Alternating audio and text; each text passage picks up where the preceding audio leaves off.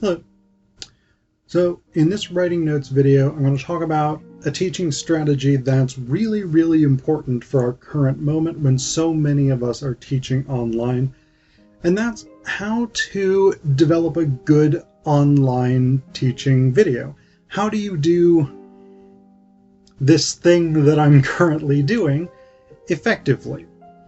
Now, full disclaimer, this is my personal techniques, the strategies that I've found successful over not just the past year and a half or so of teaching online, but through teaching online in previous semesters as well. So the first thing maybe to consider is, why make videos at all? Why not just have students read stuff or look at PowerPoints or whatever it is? Well, for me, the reason to make videos, the reason to do this thing as opposed to just having readings or whatever it is because this is the replacement for that in-person interaction that you get in the classroom. It's obviously not an exact replacement. This is much more of a sort of parasocial relationship almost, where you have a disconnect between the person creating, in this case, the video, and the people watching the video. But what you get through a video that you don't get through readings or PowerPoints or handouts or anything like that you might put online is you get that human connection. And so that's actually one of the things that I think is really important when you're making videos. Is I think there's this impulse a lot of us have to try and make the video perfect. Like, how can I reduce the amount of times where I struggle to find the right word, or where I feel like I'm not explaining something correctly, or I say slightly the wrong thing, or I stutter or stumble over words or whatever it is. I don't think you want to do that. I think you want to keep those components in, because that shows that you're a human being. That shows that you're a person. And that's much more of a concern when you're teaching an online class. Because students are disconnected, because they don't get to see you in the classroom. They don't get to see their classmates in the classroom. And so it can feel much more alienating, much more distanced, much more like this isn't a real class being taught by a real instructor. So when you make videos and when you have these sort of moments of human imperfection, I think this really works. I think this helps students relate to you as an instructor better. The comparison I always make, like when you buy something that's knitted or crocheted by hand. Like, one of my favorite winter hat is one that my partner crocheted for me. It's not perfect. Like, there's little bits and pieces of it that are where maybe like one stitch is larger than the ones around it, or there's a little bit of it that's slightly off in some way. Whereas if I went to like Walmart or something like that and bought a winter hat from them, like, it would be machine made. It would be, unless there's a factory defect, it would be perfect. It would be correct. But it doesn't have the character that this hat has, this hat that I love. So that's kind of the thing with making videos, is they should have that sort of human character. Like, it should be clear that you're a person who's made this video. And so that's my first major piece of advice, the number one thing. And I think this actually, if you keep this in mind, this helps take some of the stress off of making a video. It doesn't need to be perfect. What it needs to be is human. Now, there's a caveat with that. There's a very important thing to keep in mind. I am a white cisgendered male. That means that visually I have a lot of authority when I'm seen on the screen.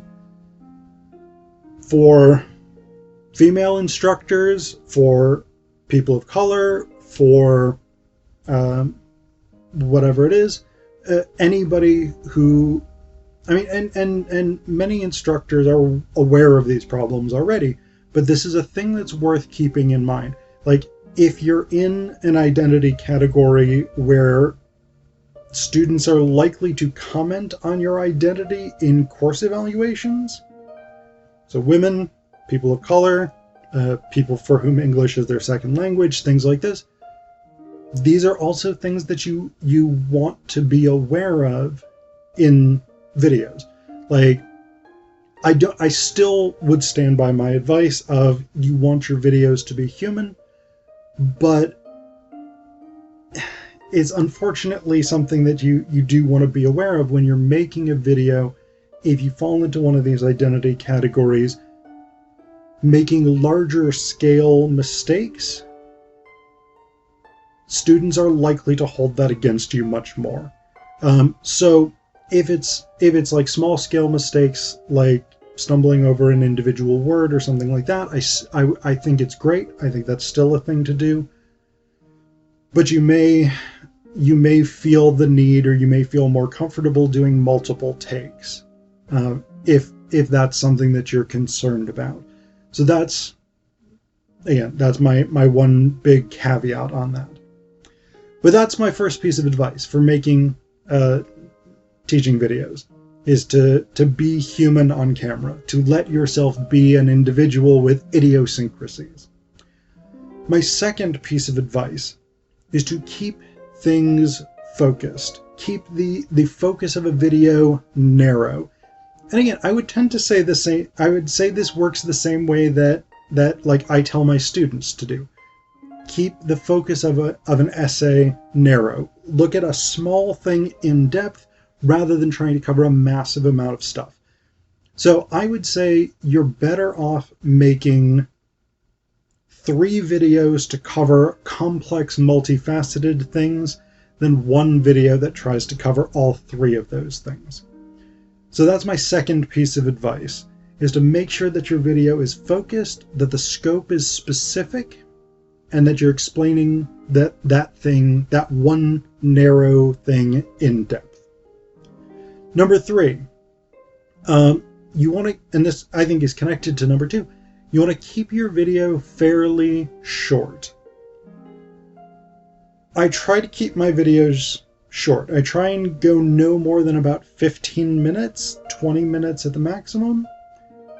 Some of my videos, especially for my business writing students in my sort of upper division, 200 level, not super upper division, but it's irrelevant. Some of my videos for my business writing students, I have gone 30, 35 minutes. Usually those are videos that I've made without a timer running. But that's one of the things, is if you go beyond about 15 minutes, 20 minutes at the most, students will start to struggle to sort of follow along with what you're saying. So keep the thing fairly short. Use a stopwatch on your phone, or if you have a wristwatch with a stopwatch function. The program that I record my videos on the computer now has a timer in the bottom portion of the screen. You can't see it, but I can see it from where I am. So that's really useful because I now know that I'm at 9 minutes and 15 seconds. So that's really good to use if you have that. But something like that is going to help you make sure that you stay within a reasonable time limit, which is going to help make sure that your students are sort of able to engage fully throughout the entire video. Number 4, organize your videos effectively. Whether that's going through something like what I'm doing in this video, where it's a numbered list of different techniques, something like that I think is very, very useful. Or whether you're sort of, sometimes I'll divide a video in half, and so I'm trying to think of a specific example.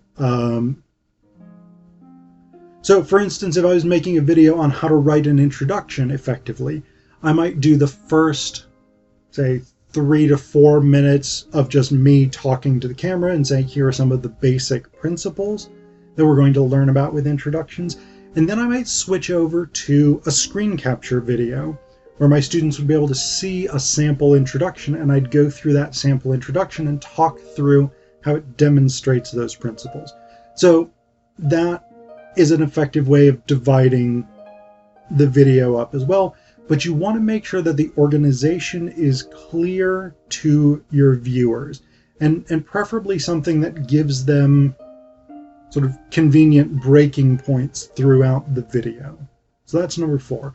Organize the video in an easy to follow way, and preferably with breaking points. Number 5.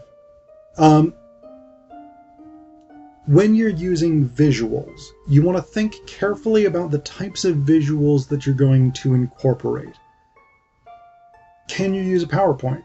Yes. I've made videos with PowerPoints. I've made videos where the whole thing is PowerPoint. I've made video where half or 2/3 of it is PowerPoint, and the other half or third of it is just me talking to the camera like this. But if you're doing a PowerPoint video, you want to make sure that you're talking through it, and you want to make sure that you're explaining everything. So don't just do a video where you run through the PowerPoint and like read what's on the slides or something like that. You want to be explaining stuff. You want to be providing more information than just what's on the slides themselves. You also want to think about good PowerPoint design, which I'm going to do a video on at some point. But this is one of the things that you want to be thinking about with visuals, is making them useful for students. And again, the same kinds of principles apply as you would want to use in a classroom setting. If you're using a PowerPoint, that's the basis for your talk. That's not, here's all of the information. The same thing if you want to put just a picture up on the screen itself. Like if I overlaid an image over me talking right now, I would want to leave that image up long enough that students are able to fully absorb what I'm saying, or what they need to get from that visual. And I'd want to make sure that it was useful for students.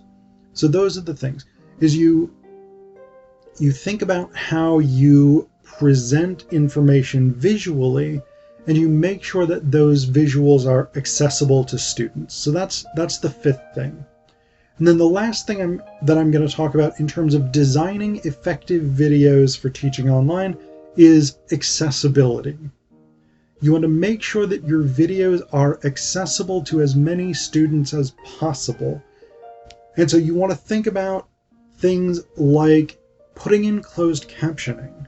And actually that's one of the things that's really useful about putting videos on YouTube, is that YouTube does do automatic closed captioning that's reasonably good these days.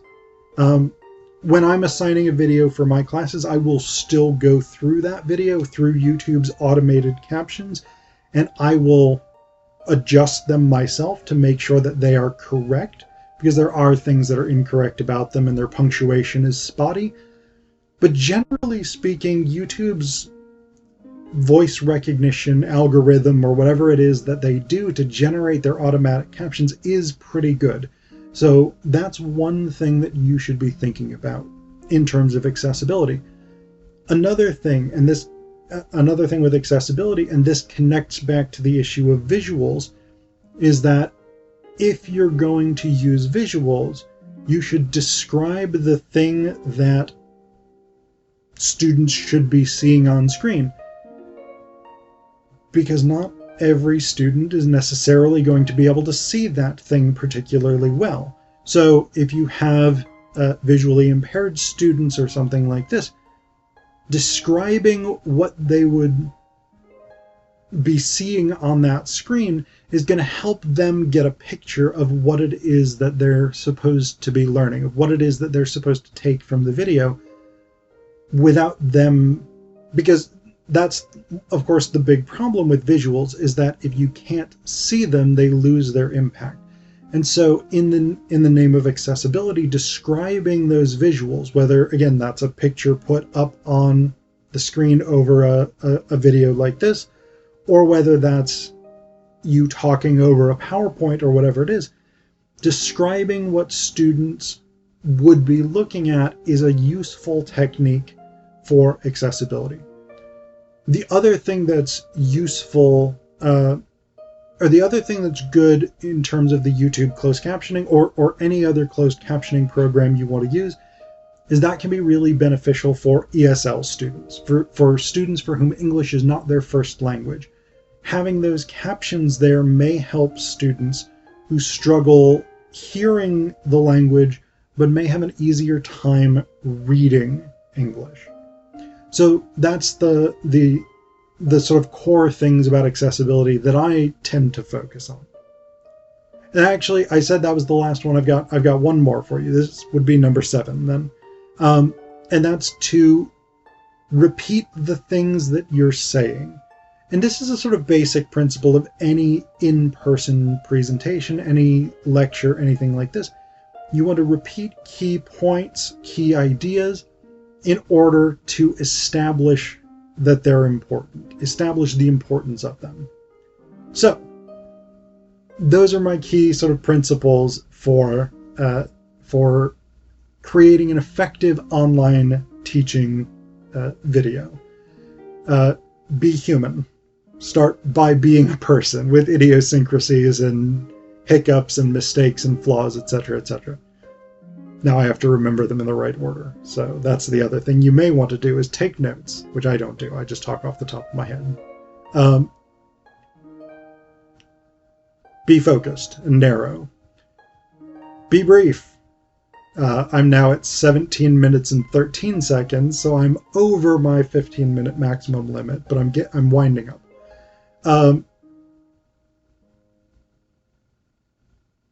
What was number 4?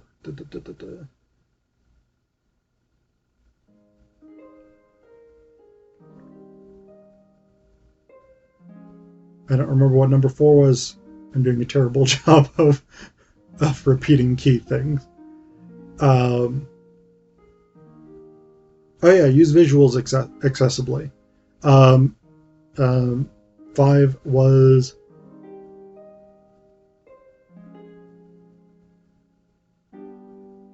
be accessible, I think, and 6 was repeat. I don't know. I think I got my final list wrong. But one great benefit of an online teaching video is that you can go back to the earlier portions of the video and figure out where I went wrong in my final countdown.